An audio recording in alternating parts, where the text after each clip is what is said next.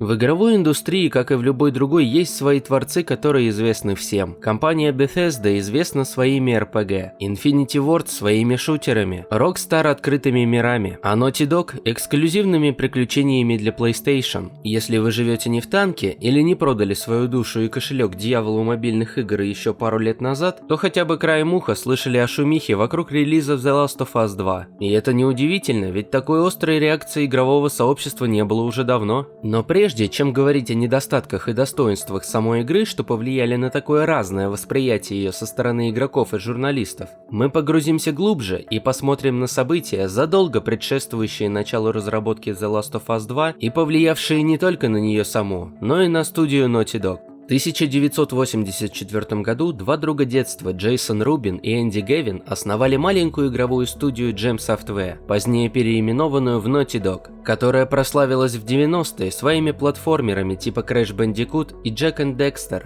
В 2001-м студия была приобретена Sony и через несколько лет получила задание сделать новую игру для PlayStation 3. Роль гейм-директора получила опытная разработчица Эми Хеннинг, которая уже работала в Naughty Dog над серией Jak and Daxter. Новая игра была совершенно не похожа на то, чем студия занималась раньше. Приключенческая игра с легким настроением, вдохновленная фильмами об Индиане Джонсе, названная Uncharted. Идея была неожиданной. Создавать новый бренд непросто, так же как и работать на новой для себя платформе. Naughty Dog даже пришлось нанять людей из Голливуда для работы с обработкой графики в реальном времени. В особо тяжелые дни арт-директор Uncharted Брюс Стрейли заглядывал в отдел дизайна, чтобы обсудить с коллегами тяготы работ. Вскоре он начал ходить на обеденные перерывы с дизайнерами, включая 20-летнего парня, что проработал в студии всего пару лет, по имени Нил Дракман. Стрейли и Дракман быстро подружились, делились идеями по дизайну, вместе анализировали игры, в которые играли, и пытались довести каждый уровень Uncharted до идеала. Мы стали играть из дома в онлайн-игры, так что даже в них мы продолжали общаться и обсуждать интересные темы. Так и завязались наши рабочие отношения. Uncharted вышла в 2007 году. Хотя Дракман и значился в титрах только дизайнером, со сценарием он тоже помогал. Вскоре Стрейли повысили до гейм-директора. Он все еще находился под руководством Хеннинг, но теперь уже имел куда большее влияние на дизайн Uncharted 2, вышедший в 2009 году. Затем основная часть Naughty Dog занялась Uncharted 3, а Стрейли и Дракман теперь уже в роли гейм-директоров работали над своим новым проектом, который сейчас известен как The Last of Us. В ноябре 2011 выходит третья часть приключений Нейтана Дрейка, а в это время дуэт Стрейли и Дракмана вот уже во второй раз осознает тяжесть создания нового бренда. Постоянные споры о золотой середине между перестрелками с зомби и острыми эмоциональными моментами. Тяжело дается чуть ли не каждый этап разработки. Тестеры сулят игре посредственные отзывы, да и сам дуэт гейм-директоров до конца не верит в успех своего проекта, но они не отступились. В июне 2013, когда вышла The Last of Us, хвалебные отзывы летели отовсюду. Naughty Dog обрела еще большую известность, а Стрейли и Дракман стали настоящими звездами студии. Одновременно с этим, в 2011-2014 годах, Эми Хеннинг вместе с маленькой частью студии работает над Uncharted 4. Но разработка шла нелегко. Большая часть команды ушла работать над The Last of Us, а новые идеи в геймплее реализовывались с трудом. Кто-то из команды разработчиков говорил, что не хватало ресурсов, кто-то, что сама Хеннинг вела себя нерешительно в новом проекте, а кто-то, что у команды не было общего видения игры. Так или иначе, причины расходятся. Но итогом этих неудач в марте 2014 стал уход Хеннинг из Naughty Dog. И теперь руководству студии ничего не оставалось, кроме как доверить все Дракману и Стрейли. У меня тогда все защемило в груди, ведь я догадывался, что прозвучит дальше. Кажется, я тогда спросил: окей, и что из этого следует? Кто теперь руководит Uncharted 4? И они взволнованно ответили: а вот тут нам нужны вы. И эта ситуация оказалась очень непростой, ведь дуэт гейм-директоров уже мысленно попрощался с серией Uncharted навсегда. Да и у каждого из них были свои собственные планы. Дракман экспериментировал с прототипами будущего сиквела The Last of Us, а Стрейли уже и вовсе выгорел. Я только что закончил работу над одним из самых сложных, да что там, над самым сложным проектом в жизни. После такого взяться за Uncharted 4, которая должна была выйти всего через 1,5 года, было непомерно сложной задачей, но вариантов у них не было. Uncharted 4 надо было спасать. Пайплайн, коммуникация в команде, расклад сил, все это не было налажено. И что важнее, прогресса как-то тоже не наблюдалось. Каково мне было? Не слишком здорово. Роль не самая завидная, но в то же время я верю в доброе имя Naughty Dog и в команду верю. В итоге дуэт согласился взяться за разработку на правах, что их слово всегда будет последним. Мы вспомнили прошлые игры, их сюжеты, развитие Дрейка как персонажа и то, какие еще истории про него можно рассказать. И поняли, что на ум приходит только одна, последняя история о том, чем закончился его путь. Хоть сама Uncharted 4 на тот момент и находилась в разработке уже 2 года, масштаб изменений был колоссальным, словно работа началась с нуля. Задача была непростая. Не вышло бы просто взять старые наработки, потому что в них-то отчасти и была проблема. И геймплей, и сюжет были поломаны. Оба этих аспекта пришлось дорабатывать. В общем, режим работы красный. И это после выгорания и кранча The Last of Us. В течение нескольких следующих недель Дракман и Стрейли собирались в переговорки и смотрели на вывешенные на большую доску карточки, в которых были записаны сюжетные ходы или идеи для сцен, пытаясь собрать сюжет Uncharted 4 воедино. В процессе к своим размышлениям они привлекали разных дизайнеров и сценаристов, не только для помощи, но и чтобы присмотреть себе замену, ведь они надеялись оставаться у руля проекта пару месяцев, пока у команды не появится общее видение, а процесс разработки не придет в движение. По новому плану игра стала большой, больше всех предыдущих игр от Naughty Dog. При этом дата релиза оставалась прежней – осень 2015-го. Грядущее количество работы пугало команду. Многие и так уже выгорели. Амбициозность замысла их несколько пугала, и вновь их вдохновить удалось не сразу. Не меньше энтузиазм измотанных разработчиков подстегнула и E3 2014 года. Увидев на пресс-конференции Sony логотип Naughty Dog, зал взорвался аплодисментами. Но впереди у всей команды стоял тяжелый производственный цикл. Стрейли и Дракман видели, что многие из ранних прототипов не сходятся с их видением игры. Стрейли убежден, что игру нужно строить вокруг набора ядерных механик, то есть базовых манипуляций, которые игрок будет выполнять на всем ее протяжении. И очень важно ограничить их число. Это было для меня самым главным – понять, какими именно будут ядерные механики. Перебрать все прототипы и понять, что там работает, а что нет. Что можно масштабировать, что с чем сочетается. Так, к набору ядерных механик, кроме классических для Uncharted прыжков, скалолазанья и стрельбы, добавились вождения, которые уже несколько раз вырезали и добавляли снова, и крюк-кошка, которая также пережила множество итераций. За бортом остались прототипы механик рывков в подкате, возможности цепляться за отверстия от пуль на склонах, переключение камеры между персонажами, возможность красться как в The Last of Us, а также механика танца, как в ритм-играх. К концу 2014 года стало ясно, что игру в 2015 уже не выпустить, а Нил Дракман и Брюс Стрейли уже не покинут проект и доведут его до конца. E3 2015 года вновь вдохновила команду, которая и без того работала на пределе возможностей. Уже долгое время кто-то остается в офисе до ночи, кто-то работает по выходным. Многие перешли из кранча The Last of Us сразу в кранч Uncharted 4. Сотрудники студии говорили, что кранч в конце этого проекта самый жуткий в истории студии. Так, Брюс Стрейли, человек, полагавший, что проработает над Uncharted 4 лишь пару месяцев, обнаружил себя в незнакомой квартире рядом с офисом, которую он снял, чтобы не добираться до дома, что был в часе езды, и доделать игру. Однако, по мере того, как приближалась новая дата релиза, март 2016-го, команда все больше понимала, что у нее не хватает времени доделать все, ведь саму игру нужно завершить еще в середине февраля для отправки на золото. В последние месяцы разработки Дракману и Стрейли пришлось принять решение вырезать момент игры, действие которого происходит в Шотландии. Но несмотря даже на такой шаг, в декабре 2015-го было очевидно, что багов и недоработок еще слишком много. Команду спас звонок президента компании Sony Entertainment America Шона Лейдена, который предложил команде перенести отправку игры на золото с февраля на апрель. Теперь у разработчиков появилось дополнительное время, а это значит еще несколько недель кранча.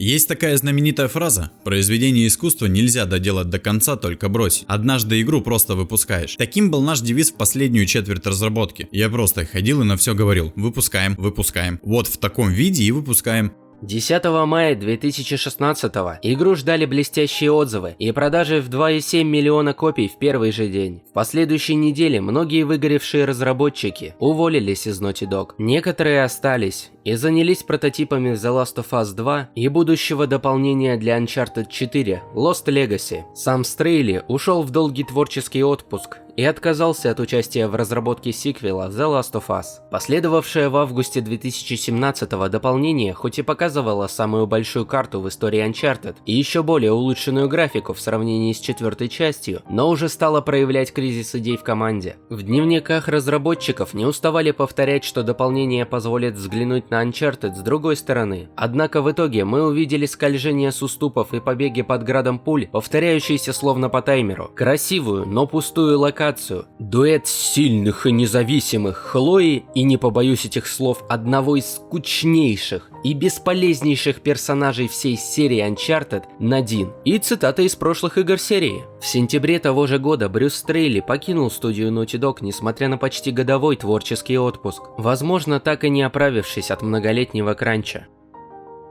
Было бы действительно трудно представить, что я снова вернусь к работе и почувствую себя таким же энергичным, как во времена The Last of Us или Uncharted 2. Сейчас он занимается консультированием разработчиков из разных компаний и полноценно возвращаться в игровую индустрию пока не планирует. Но вернемся обратно в студию. После окончания работы над Lost Legacy вся команда Naughty Dog включилась в разработку The Last of Us 2. В надежде избежать жесточайшего кранча, который уже подкосил ряды сотрудников студии, на смену которым пришли новички, Нил Дракман вместе с руководителями различных отделов попытались заранее определиться с тем, как будет выглядеть игра. Они искренне чувствовали себя так, как будто нашли способ избавиться от такой большой нагрузки.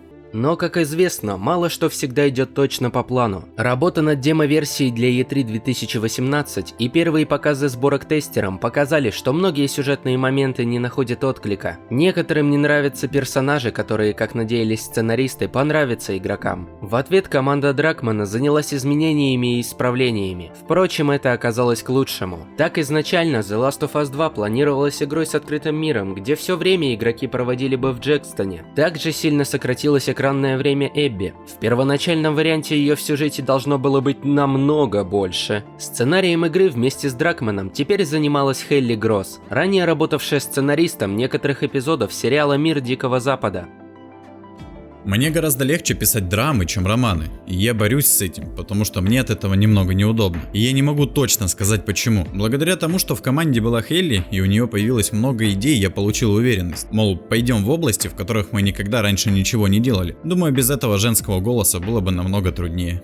Многие изменения привели к осознанию команды разработчиков масштаба задуманного. Эта игра будет еще больше, чем Uncharted 4. К концу 2018-го большинство отделов студии уже работали в напряженном режиме. Кранчи переработки постигли все новички студии. Еще больше работа усложнялась тем, что в студии Naughty Dog нет производственного отдела, той части команды, что занимается организацией, логистикой и коммуникацией. Философия студии долгое время заключалась в том, что каждый сам себе продюсер. С одной стороны, это дает большую творческую свободу, благодаря которой любой дизайнер мог, не спрашивая никого, улучшить игру, добавив несколько графических элементов. Вспомните, например, мешки с зерном из Uncharted 4, из которых не просто анимированно просыпалось зерно при попадании в них пули, а еще и сами мешки со временем уменьшались. Такие мелочи мы видим в играх Naughty Dog именно благодаря такой свободе действий разработчиков. Но с другой стороны, новые сотрудники, которые не работали в Naughty Dog до The Last of Us 2, просто не понимали, как достичь требуемых от них стандартов студии, и на разъяснение и тренировки уходили драгоценные недели и месяцы. Ведущие дизайнеры ожидают новых коллег того же уровня качества, что и от людей, которые работают здесь продолжительное время, а это просто смешно. Результаты такого состояния дел в студии в будущем будут видны на примере геймплейного трейлера, показанного на E3. Графика в релизной версии игры оказалась хуже. В сентябре 2019-го Naughty Dog объявили дату выхода – 21 февраля 2020 года. Однако, как и с прошлыми играми серии, команда не успевала отполировать все. Слишком много багов и недоработок. В этот раз релиз был перенесен сразу на 3 месяца. Люди, которые думают, что перенос каким-то образом снимает стресс или снижает нагрузку на команду, сильно ошибаются. 3 дополнительных месяца кранча, а значит больше возможностей сделать игру лучше. Но за месяц до релиза разработчиков постиг новый удар. В сеть утекли детали сюжета и геймплейные ролики с критическими спойлерами. День, когда случилась утечка, стал одним из худших в моей жизни. Я следил за процессом в реальном времени, видел, как все появилось на ютубе. Мы паниковали и просили удалить ролик, на это требуется порядка часа. К тому времени у видео набралось около 1000 просмотров, а ты сидишь и думаешь, ну вот и случилось, через какое-то время рванет. Все последующее время разработчики старались пресечь распространение сюжетных спойлеров, так как игру пришлось отложить еще на 2 недели из-за нарушения логистических цепочек компании Sony в связи с пандемией коронавируса. Как бы то ни было, 19 июня игра вышла в релиз, и такого с играми Naughty Dog еще не случалось. В первый день игра получила 3,3 балла на Metacritic от игроков, в то время как оценки профессиональных критиков были в районе 9,5 баллов. Но что же случилось? Почему студия, которая создавала игры, восхищавшие одну половину игроков и ненавидящих ее творение, но тайно смотревших прохождение на ютубе вторую, на этот раз вызвала такую неоднозначную реакцию? Как я и говорил в начале видео, мы посмотрели на основные события, предшествующие выходу The Last of Us 2. Настало время поговорить о настоящем. Для самой Naughty Dog The Last of Us 2 стала в некотором смысле воплощением самой себя в последние годы. В сюжете хорошо виден изменившийся стиль повествования. Сиквел рассказывает нам уже не трогательную историю взаимоотношений главных героев, а историю ненависти и прощения, что очень похоже на отношения сценаристов разных частей The Last of Us. Дружбу Дракмана со Стрейли. Это прямо как отношения, как брак, как у Дрейка с Еленой. Кто Дрейк, а кто Елена? Наверное, я Елена. И порывистость Дракмана с Хелли Гросс. Глядя со стороны, у них сложились интересные отношения, словно у брата с сестрой. То они находятся в творческой синергии, то уже поссорились и ненавидят друг друга.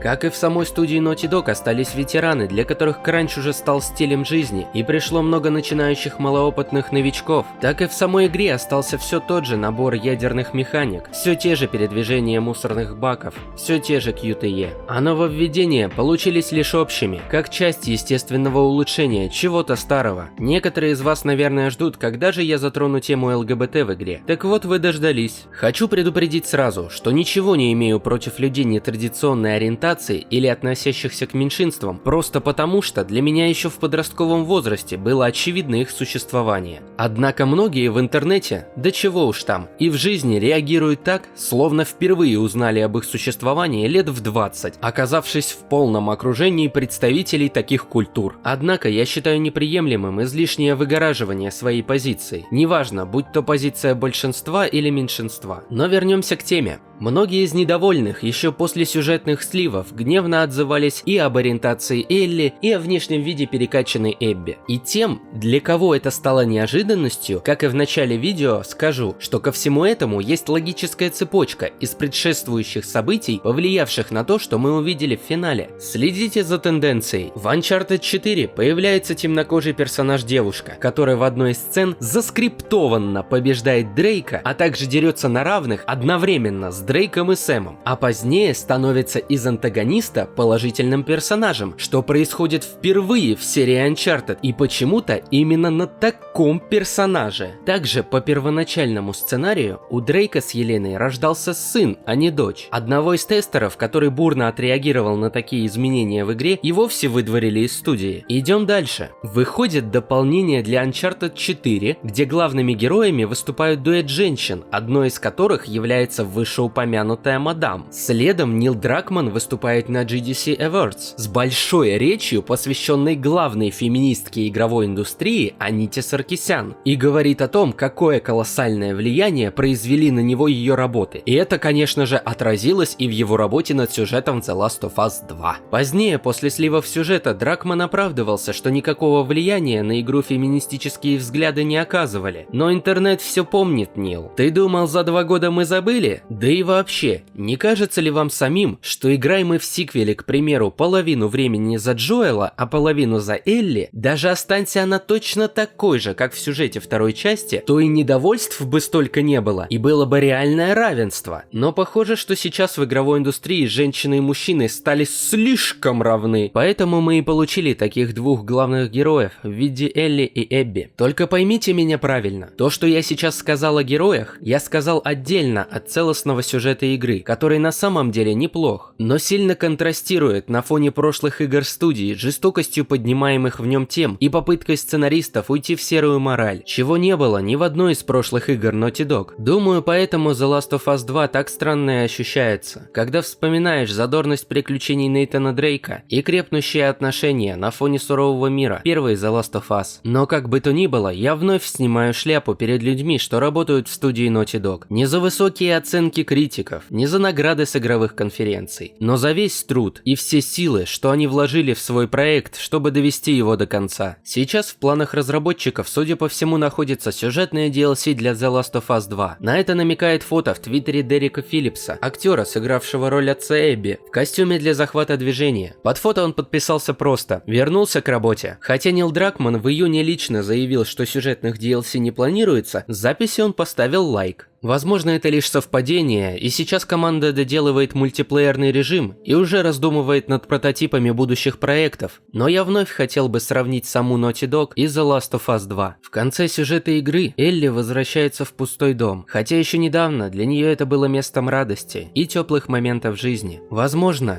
именно в этот момент она и осознает, как многого лишилась в погоне за местью, а слепая ненависть лишь затуманила ее взгляд. Я желаю и разработчикам из Naughty Dog осознать, что погоня за масштабностью и амбициозностью проекта привела их к кризису новых идей, а прыжки из кранча в кранч лишь к выгоранию многих хороших сотрудников, что любили место своей работы всей душой. А на этом у меня все. Спасибо всем за просмотр. Буду рад вашим лайкам и комментариям, а также подписывайтесь на канал. Для меня это будет главным сигналом того, что вы хотите новое видео. А с вами был Келмар. Еще услышимся.